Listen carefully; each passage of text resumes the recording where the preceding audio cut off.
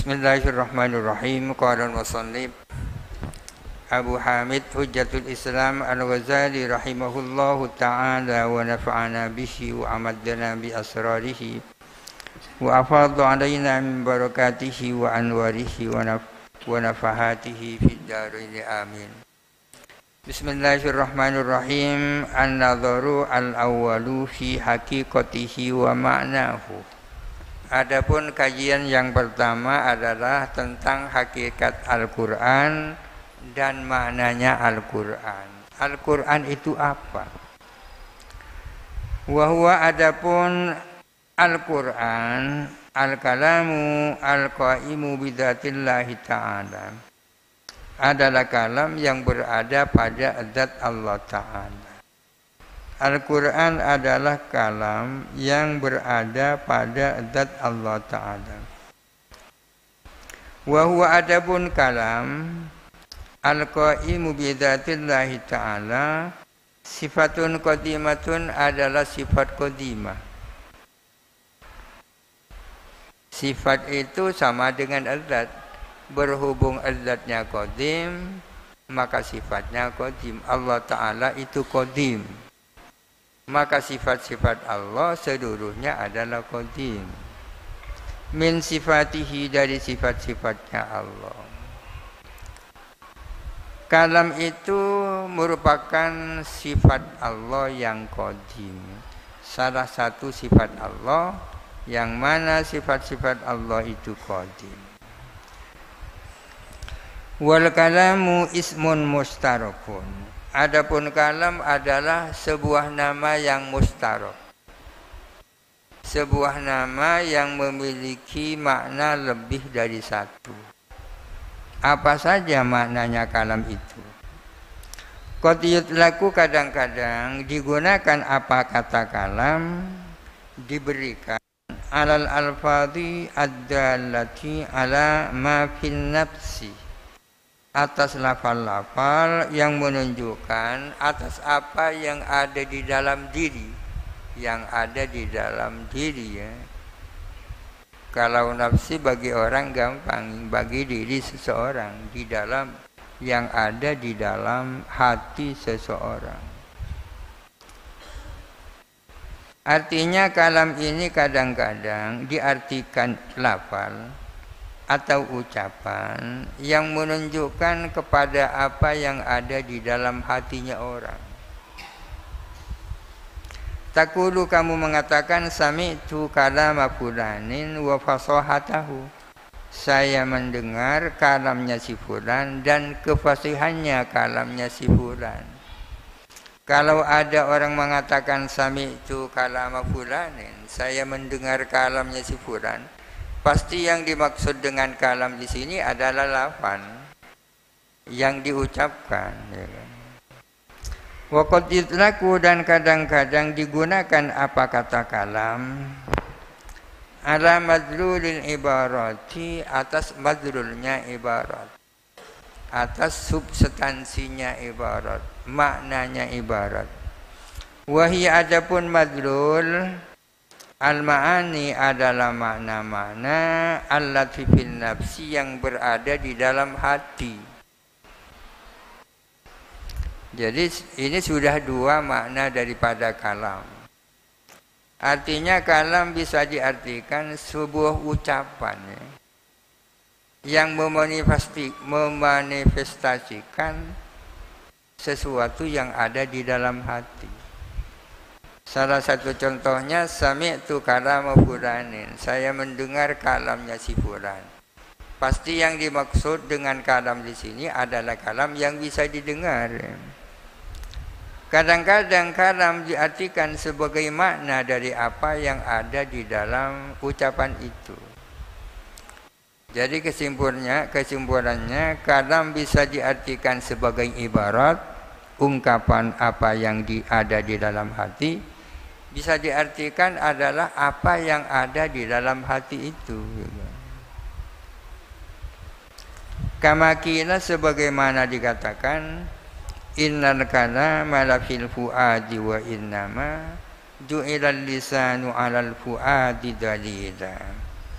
Innal kalama sesungguhnya kalam lafil fuadi sungguh ada di dalam hati. Kalam yang asli itu berada di dalam hati. Kalau kemudian diungkapkan maka muncullah huruf, ya kan?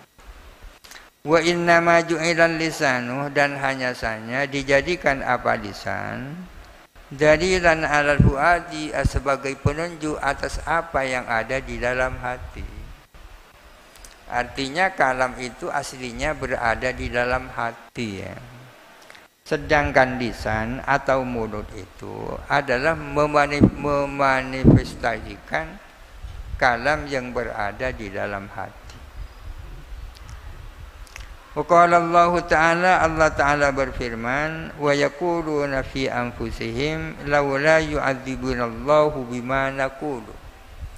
Wa yaquluna dan berkata orang-orang munafik fi anfusihim di dalam diri mereka. Bilang apa mereka? Laula yu'adzibunallahu. Ayo menyiksa kepada kami siapa Allah. Bima naqulu dengan apa yang kami ucapkan. Ayo silahkan Allah menyiksa kami. Yang menjadi mahallus syahid di sini adalah yaquluna fi anfusihim. Mereka berkata di dalam diri mereka. Berarti ada kalam yang ada di dalam nafsi. Wa qala ta'ala dan Allah Ta'ala berfirman, wa asirru qaulakum awijharu bih. Dan rahasiakanlah olehmu ucapanmu, dirihkanlah. Awijharu bihi atau nyaringkanlah olehmu bihi dengan qaulakum. Artinya kaul itu ada kalanya kaul sirri yang tidak didengar orang, ada kalanya kaul jahri yang bisa didengar oleh orang. Dengan demikian fala sabila ila ingkari kauni hadzal ismi mustarakan. Maka tidak ada jalan untuk mengingkari bahwa nama ini yakni kalam adalah mustarak, diperserikatkan antara makna dan makna. Jadi kalam adalah nama mustarak, memiliki makna lebih dari satu. Bisa diartikan ucapan yang berhuruf dan bersuara, bisa diartikan makna yang tak berhuruf dan tak bersuara. Waqad qala qaumun dan berkata siapa kaum sebagian ulama, wudi'a fil asli lil ibarati, diletakkan apa kalam fil asli pada asalnya, diletakkan lil ibarati untuk menunjukkan ibarat. Ibarat ungkapan, ya. Kalau ungkapan kan berarti berhuruf bersuara.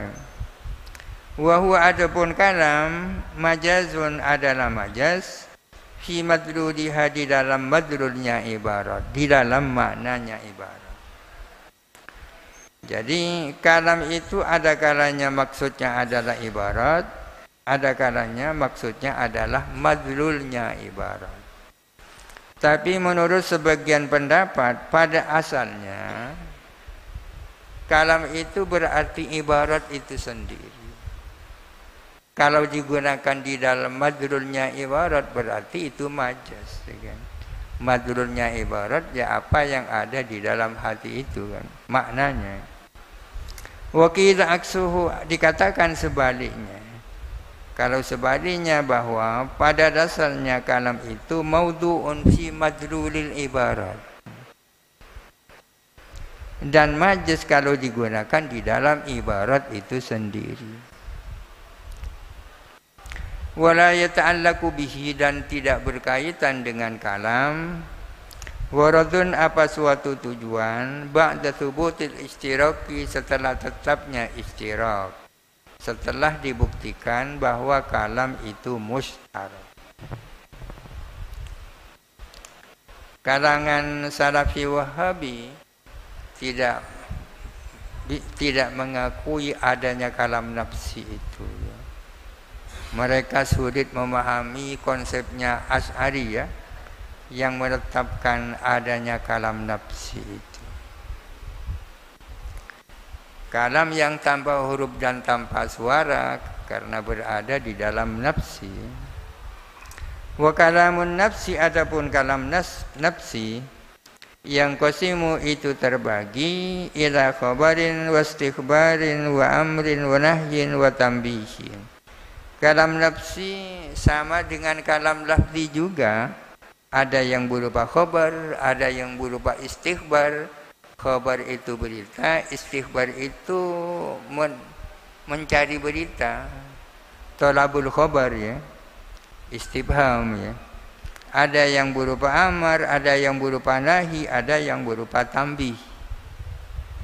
Wahia adapun khabar, istikhbar, amar, nahi dan tambih, ma'anin adalah beberapa makna.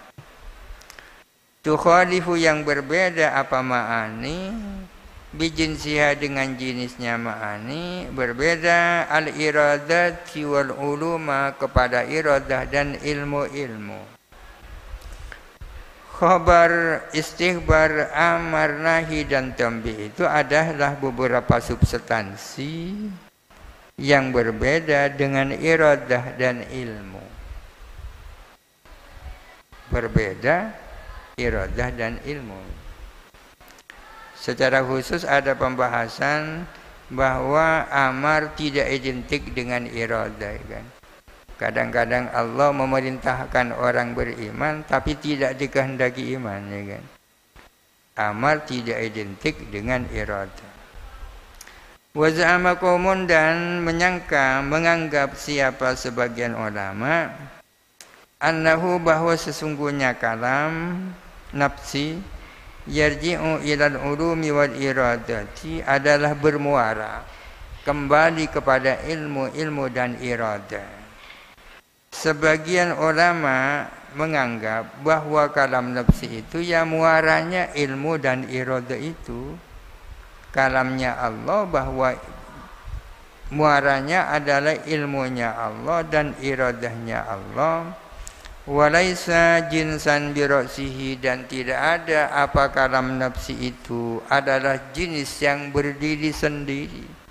Ya kalam itu muaranya ya ilmu dan iradah. Wa isbatu dzalika adapun untuk membuktikan itu alal mutakallimi adalah menjadi kewajiban mutakallim ahli kalam, la alal usuli bukan menjadi tugasnya seorang usuli. Untuk menjelaskan itu ya bukan usuli, bukan tugasnya usuli tapi tugasnya ahli kalam. Fasrun kalam Allah Ta'ala wahidun. Kalamnya Allah Ta'ala itu satu. Ini yang sulit difahami oleh kalangan Salafi Wahabi. Kok satu? Wahuwa adapun kalam Allah ma'a wahdatihi, kendatipun kesatuannya kalam Allah, mutadamminun di jami'i ma'anil kalami adalah mengandung seluruh makna-makna kalam. Kama anna ilmahu wahidun sebagaimana sesungguhnya ilmunya Allah Ta'ala itu satu. Wa huwa adapun ilmunya Allah ma'a wahdatihi kendatipun kesatuannya ilmunya Allah muhitun bima la yatanaha adalah meliputi apa yang tak terbatas minal maklumati berupa maklumat, meliputi maklumat-maklumat yang tak terbatas. Ilmunya Allah itu satu, tidak berbeda dengan ilmunya makhluk. Tapi ada juga yang berpendapat ilmunya makhluk itu satu juga. Ilmunya satu, ilmunya Allah satu, tapi maklumnya tak terbatas. Ya kan? Apa yang dimaksud satu? Kalau ilmunya manusia satu, berarti tidak ada perbedaan tentang ilmu antara si A dan si B. Si A tahu ini, si B juga tahu ini. Tahunya si A dan si B tentang ini itu sama, tak berbeda. Ya. Kaitannya dengan iman. Iman itu kan ilmu juga. Imannya Zaid dan imannya Amr tentang Allah itu sama. Artinya tidak lebih kuat imannya si A, tidak lebih kuat imannya si B. Itu yang dimaksud satu. Kalau ilmunya Allah pasti satu. Maklumnya tak terbatas. Demikian pula kalamnya Allah satu. Yang menjadi objek kalamnya Allah tak terbatas. Berhubung maklumnya Allah tak terbatas, hatta la ya'zubu, sehingga tak samar an ilmihi, dari ilmunya Allah. Tak samar mithqalu dzarratin, apa seberat dzarrah. Kalau udah zaman dulu dzarrah diartikan biji sawi, kalau sekarang diartikan atom.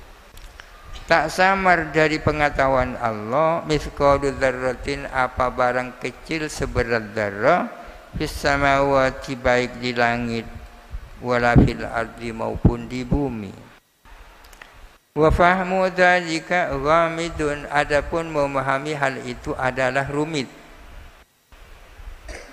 Wa tafhimuhu, adapun memahamkan hal itu, alal mutakallimi, adalah kewajiban mutakallim. La alal usuli, bukan kewajiban usuli. Jadi yang dibebani untuk memberi pemahaman kepada orang bukan ahli usul fikih, tapi ahli kalam. Wa fahmu dzalika wamidun wa tafhimuhu alal mutakallim, yakni wajibun alal mutakallim, la wajibun alal usuli. Wa amma kalamun nafsi wallahu alam. Al-Fatihah. A'udzu billahi minasyaitonir rajim. Bismillahirrahmanirrahim. Alhamdulillahirabbil alamin arrahmanir rahim. Iyyaka na'budu wa iyyaka nasta'in. Ihdinas siratal mustaqim. Siratal ladzina an'amta 'alaihim ghairil maghdubi 'alaihim